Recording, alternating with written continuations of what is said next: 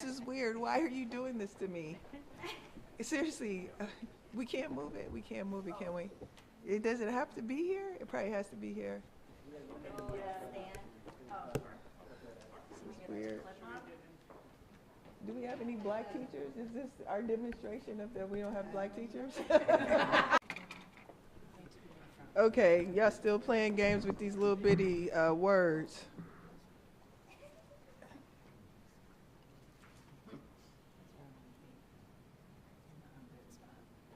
Good morning. My name is Stacy Davis Gates. I am the president of the Chicago Teachers Union, and I am a black teacher. I am a black teacher that has the honor of representing a union that wants to make sure that our district prioritizes the power of diversity in the classroom. When our young people have black teachers, they achieve well. Not just black children, not just immigrant children, not just Latinx children, not just white children, but all children.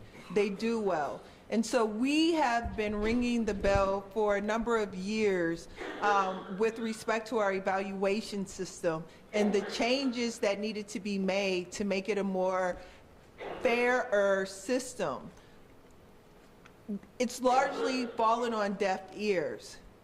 Within the past couple of years, we have gotten the privilege of research that echoes, that affirms and supports the experiences black teachers have been having with this evaluation system. And so now that we have third-party independent evidence that the evaluation system within the Chicago Public Schools has a disproportionate negative impact on schools that black children attend, because if you work there, chances are that you have a lower rating. So that deprivileges those young people from having an experienced, stable, dignified, confident workforce because of the evaluation system. And then it also leads to the disrespect of black women in the profession. It leads to the alienation and the isolation and the decline of those women within the profession. This union is fighting to ameliorate that, and we're doing it at the negotiating table. And so this is one of the 5 points that we are saying we need to land before this is done. And we are close. And the CEO says we are close. And we need to be close because last night, number 47 wreaked havoc on the Department of Education.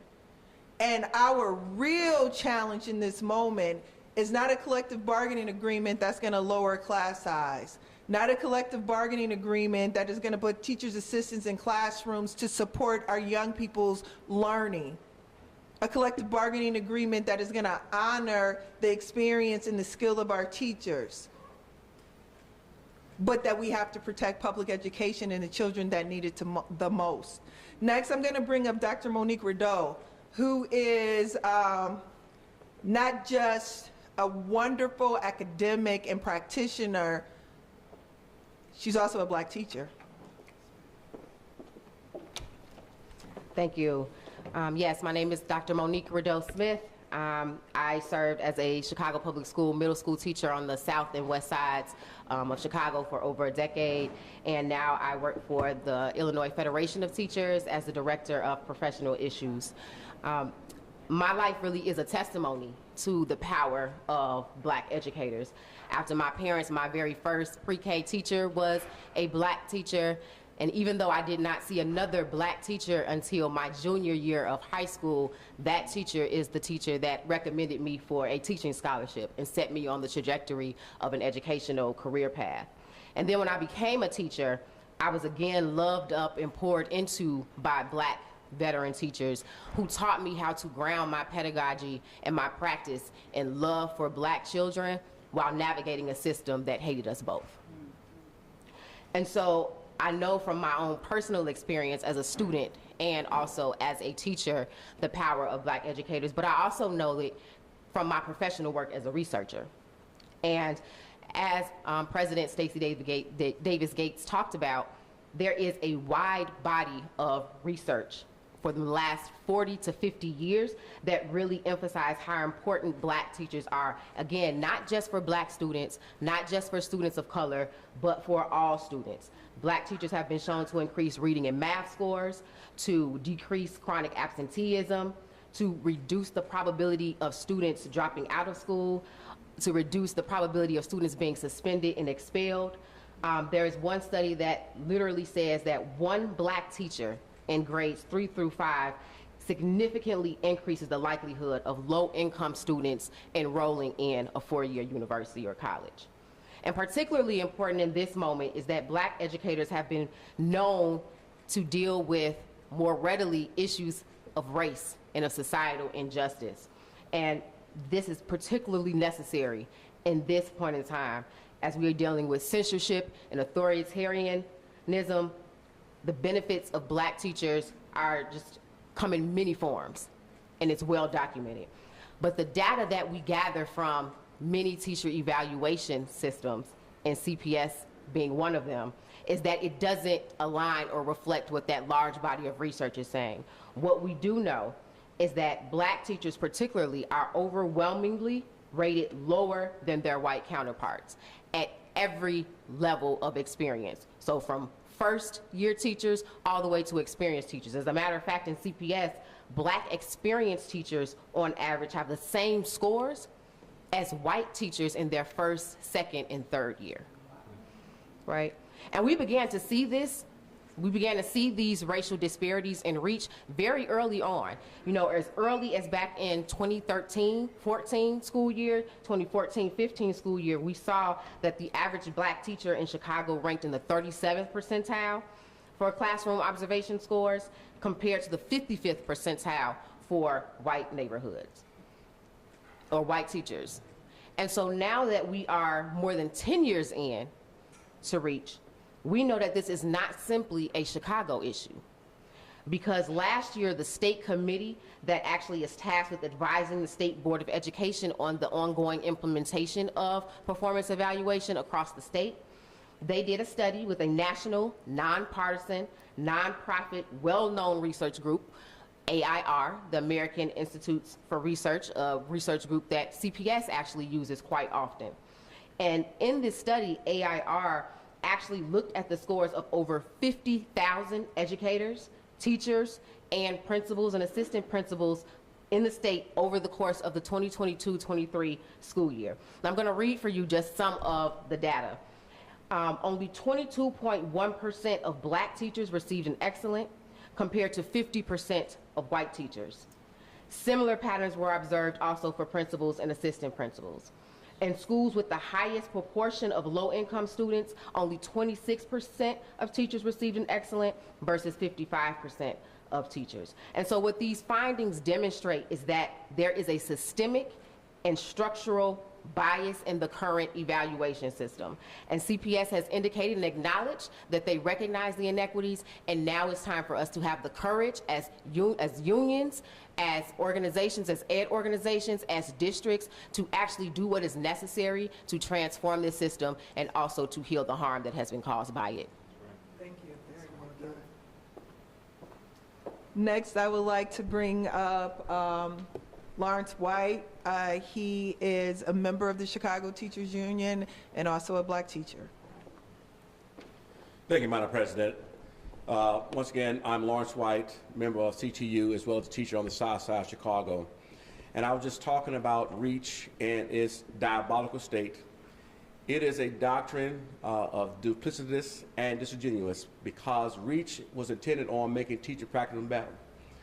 But I myself and many of my colleagues that stand beside me and around the city knows that it has been weaponized to discriminate those individuals and communities for decades that have been neglected and disenfranchised by so many in this nation.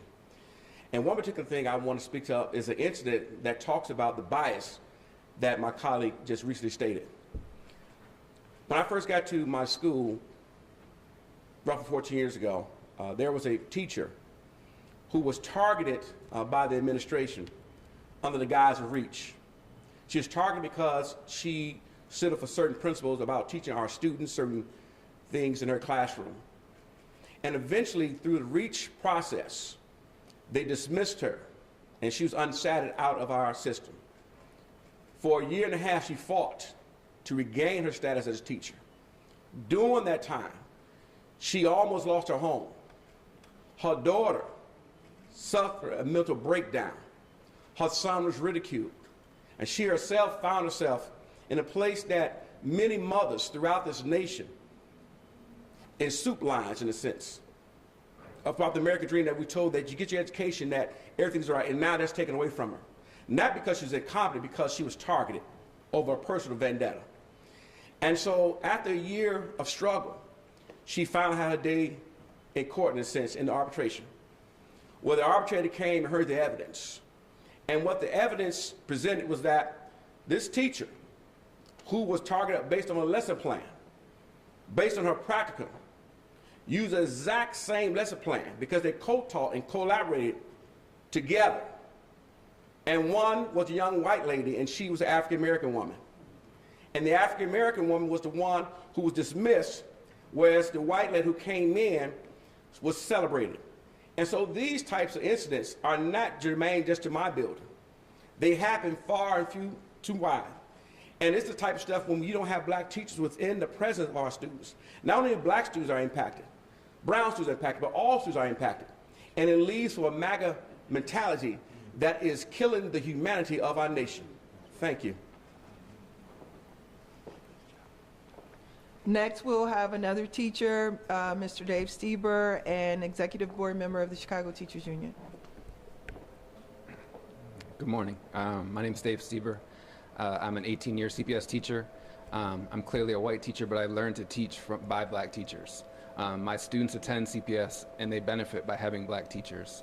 I'm going to tell a story. So when I worked at Team Inglewood, which has been was disinvested and closed by CPS, the teacher I learned to teach from was a black female educator.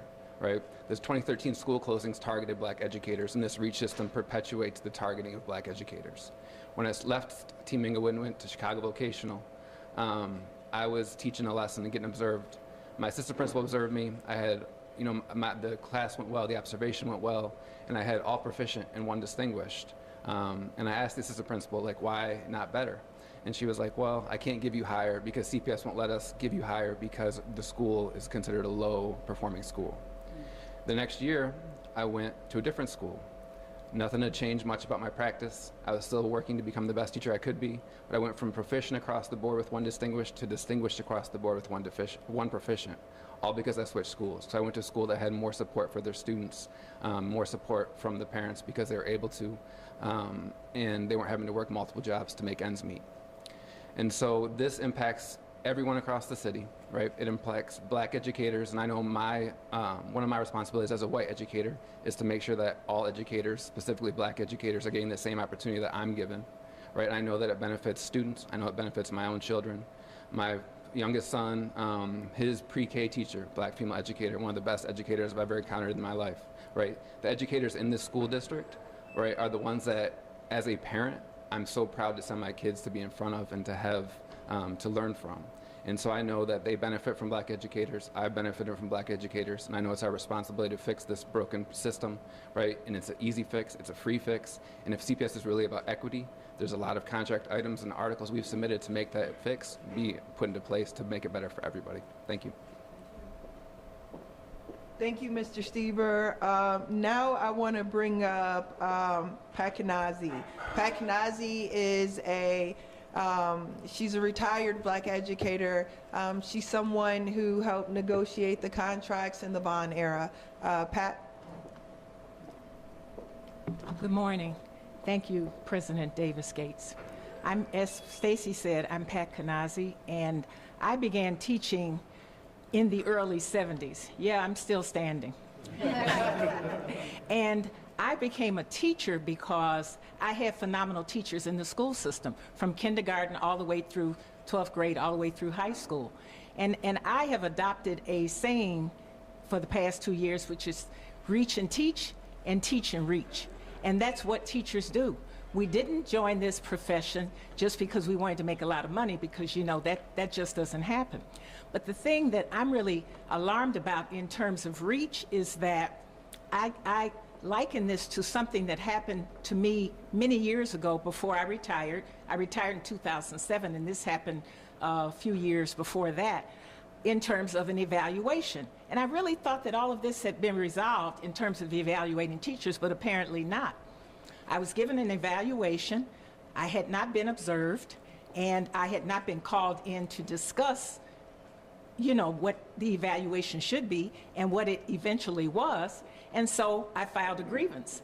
And as it turned out, as I looked around, experienced African American teachers, black teachers, were being targeted because the principal saw it as some kind of keep the more powerful teachers or the more experienced teachers in place. So she lowered ratings, and so in my instance, they threw it out because she didn't follow procedure. But I'm thinking, wow, this is still going on. And teachers want to produce wonderful students, smart students, just really powerful students. And black teachers work intimately with parents, with the community, with their children, and other entities that support public schools. So I'm really disturbed. I read some points about REACH. I reread some points about REACH, but I do attend delegates meetings, workshops, and other kinds of events here at CTU to learn about REACH. And I do talk with teachers who are currently teaching, and they complain about it. It is distracting, it's demoralizing, and what it actually does is that it eats away at the teacher's persona, if you will. And so instead of feeling wonderful about teaching and sharing that with your children, then you start to feel less than. And for that, I'm just really, really upset and willing to do what I can to, you know, disassemble and dismantle REACH. Thank you. Sure. That Goodchild is helping to negotiate this contract. He will give us an update on where we are in negotiation. And then afterwards, we're going to have IFT President Dan Montgomery to provide us with a more global, dimensional, statewide outlook on this and what CPS can potentially learn from this struggle. Thad and then President Montgomery. Thank you, Stacy. Good morning. My name is Thad Goodchild. I am Deputy General Counsel for the Chicago Teachers Union. As all the speakers this morning have made very plain, the teacher evaluation system in CPS, known as REACH, is fundamentally broken.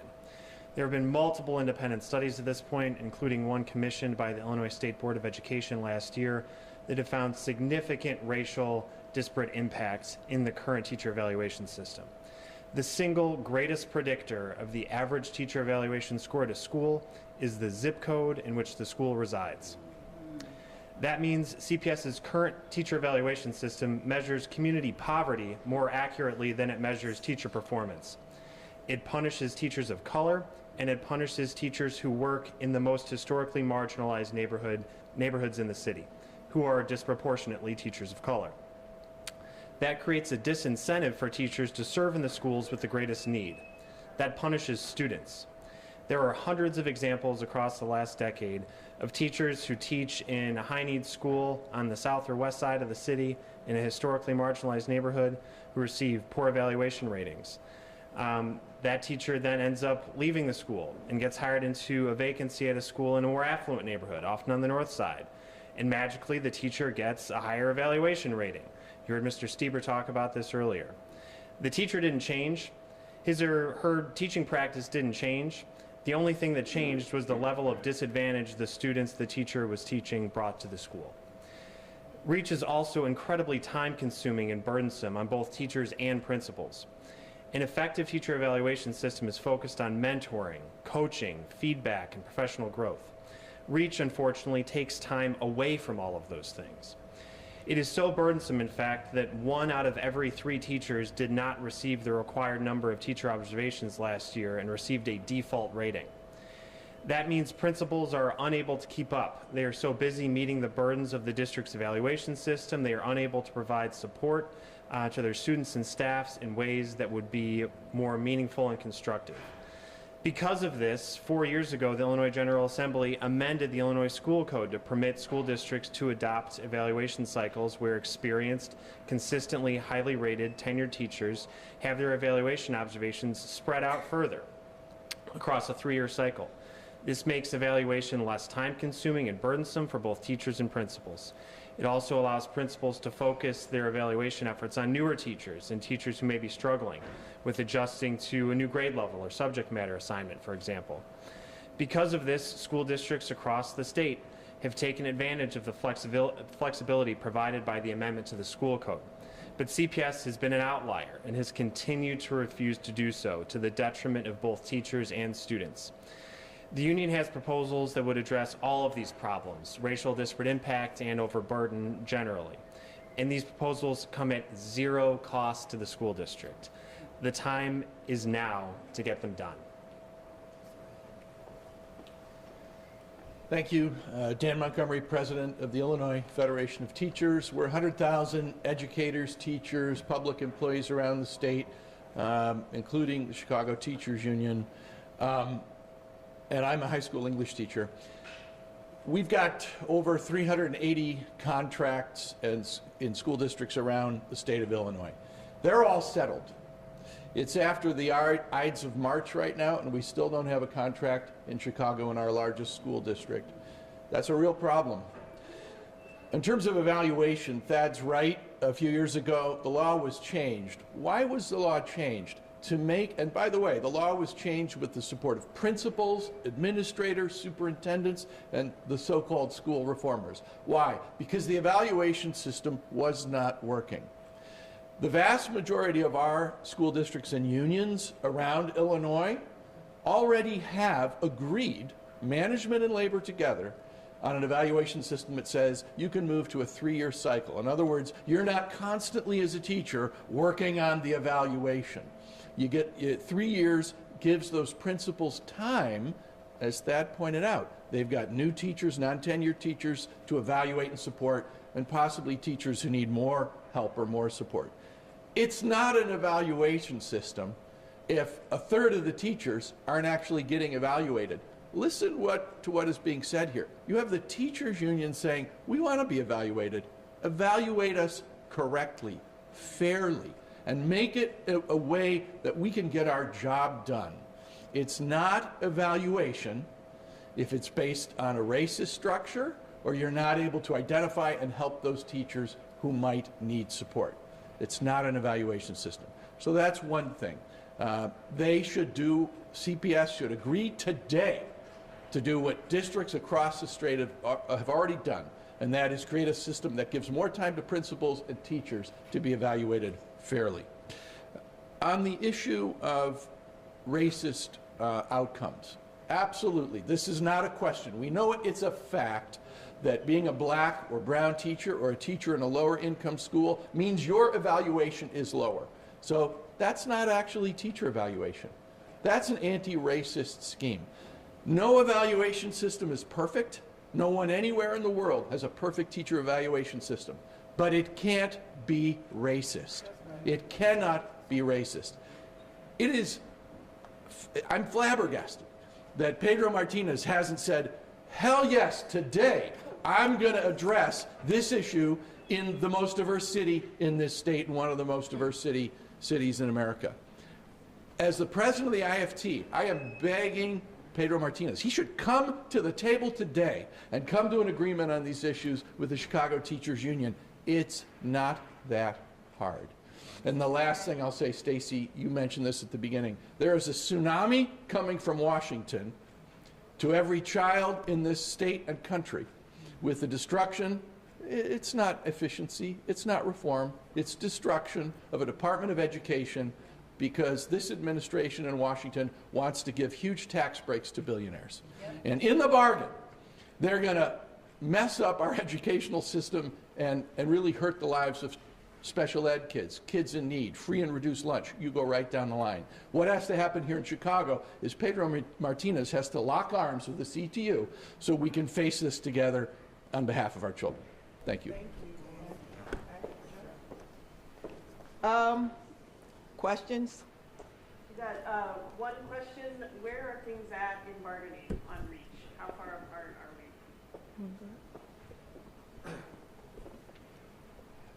So there is an obvious deal on the table that doesn't cost the district a penny.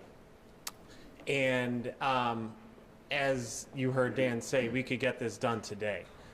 This is being held up by bureaucrats at CPS who are beholden to the education reform ideology of corporate reformers like Arnie Duncan and Rahm Emanuel. That's all that is going on.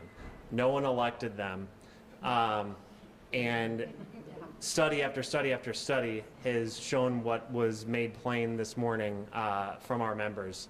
And there's no reason we don't have an agreement now. We should be able to land one immediately. Last question. How worried is CTU about the backtracking on the rights and resources for our most vulnerable students given the cuts at the DOE, and how are you preparing specifically for cuts that might be faced by students with disabilities, the loss of a civil rights department? You can never be prepared for chaos. So I want to clarify that if people are underprepared for chaos, that's reasonable. And it is insufficient to remain unprepared.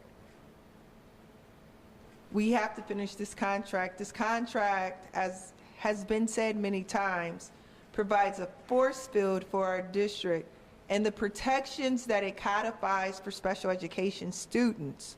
We have been rebuilding that since Rahm Emanuel destroyed it when he was mayor. See, here's the thing. The rest of the world, and in particular the rest of this country, they are going to understand what it feels like to have to fight policies that come from people who do not honor children and what they need in their classrooms. Rahm Emanuel destroyed our special education system. Donald Trump is about to destroy the special education system for the nation. That's happening. So what the CTU has done for the second contract now is put forth the bare bones of the law, putting that in the contract to make sure we can hold the district accountable for providing that service. So what I'm saying out loud is that teachers unions all over this country are going to now have to bargain the law in their contract like we're doing here in Chicago to ensure that the school districts honor what is necessary to protect education for those students.